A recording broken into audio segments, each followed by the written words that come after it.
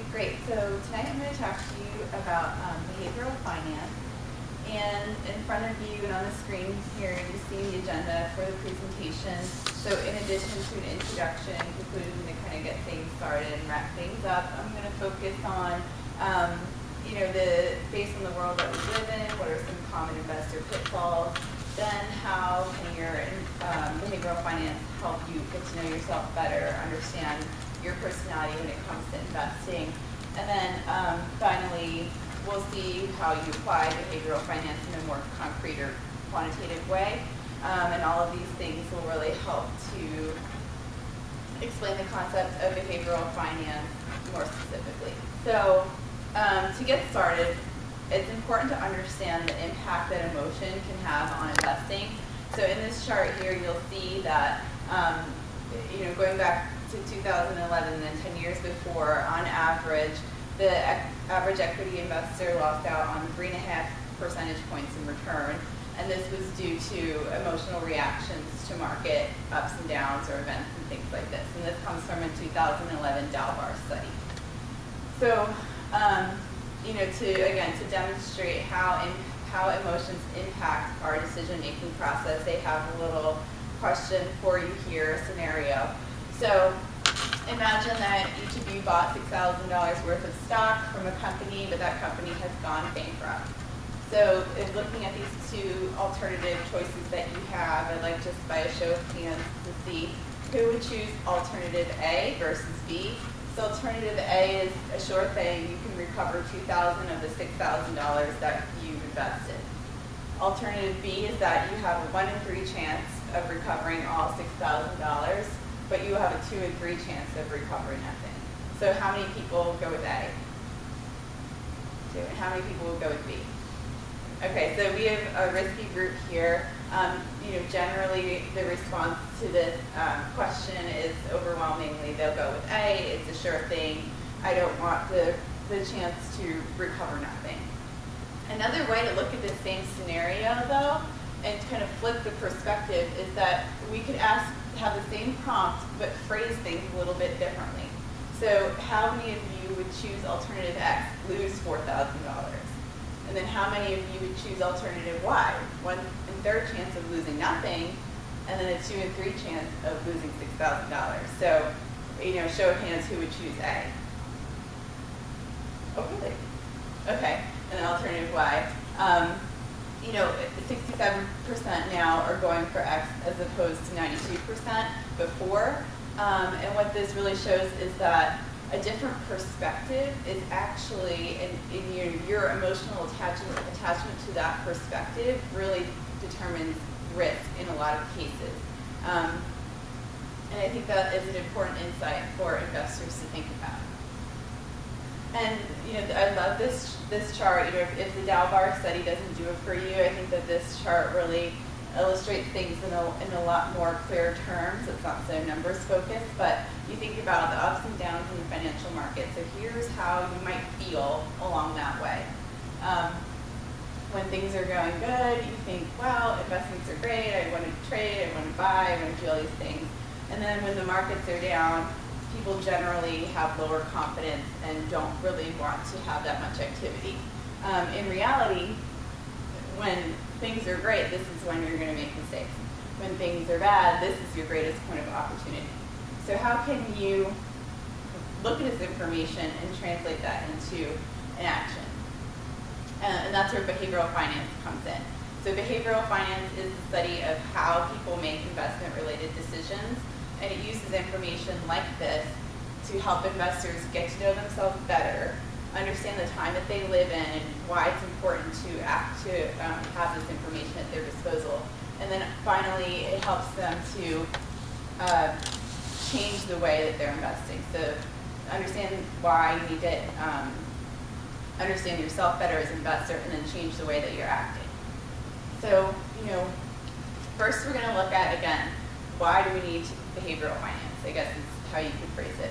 So in this post-2008 to 2009 world, there's a lot of things that happen in recent history or also on an ongoing basis, such as market volatility. It's a global world. There's a lot of things happening and changing all the time.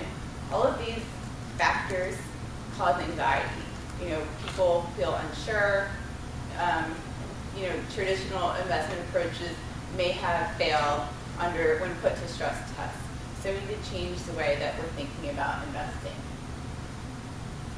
And I thought this was a really interesting quote by some experts in the behavioral finance field. And they want to remind investors that although you read these things in the news and it seems like the market and volatility is out of control, economies really are man-made things. They're not naturally occurring. They're really not necessarily beyond the control of the group that is contributing to them. And so being man-made, emotions play into a majority of why things are happening. And because of this realization that economies are man-made, emotions drive investors to make decisions, we need an approach to investing that incorporates not only statistics and mathematics and things like this, but how investors make decisions. And up before you on the screen here, behavioral finance, again, studies how investors make decisions. There's repeatable, predictable behaviors that investors will participate in. You'll see 4 really common ones here, and they can actually be very, common pitfalls. So overconfidence, you can read what they're linked to underneath. Recency, predicting future behavior or future events on past performance. Emotions, impulsive reactions, and herd behavior, which is, again, following other people. You'll usually be late to the game at that point. So, these are conclusions that behavioral scientists have drawn off of the big groups. But how do we apply this to ourselves? So we take this broader information and synthesize it down to how do I get to know myself better? How do I avoid these pitfalls? And that's where this concept of investment personality comes into play. And so this particular assessment is proprietary to Merrill Lynch, but there are many other behavioral assessments out there. And I'm actually going to pull up a version of the assessment that is available, will be available to the public very shortly. The concept of investment personality is basically how do I think and feel about investing, and how can I use the self-knowledge or self-awareness to make changes in my investment approach. So this is Merrill Lynch, or this will be merrilllynch.com that we're doing this site. And this is an investment personality assessment light. And you'll see here, I'm just going to go through one for the sake of time. There's 4 questions that you may not think that this question can really translate into action, but it can, first of all, and second of all, it helps you get to know yourself better.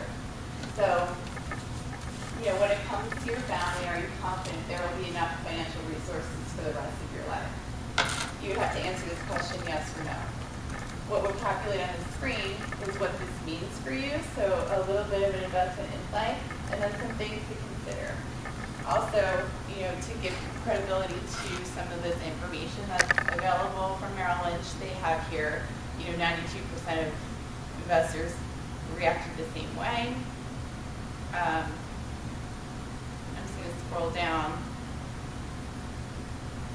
I think that some of the insights that they're recommending here really are enlightening and may not have been obvious. So if you have not heard of the investment personality assessment before, had the opportunity to take it, I suggest that you go to this website and check it out.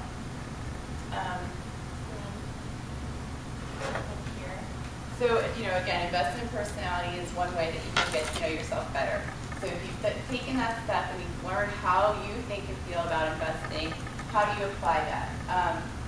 And this is where it gets a little bit technical, and I don't think that this is something that every investor could do him or herself, so it's important to have a financial advisor or professional to help you here.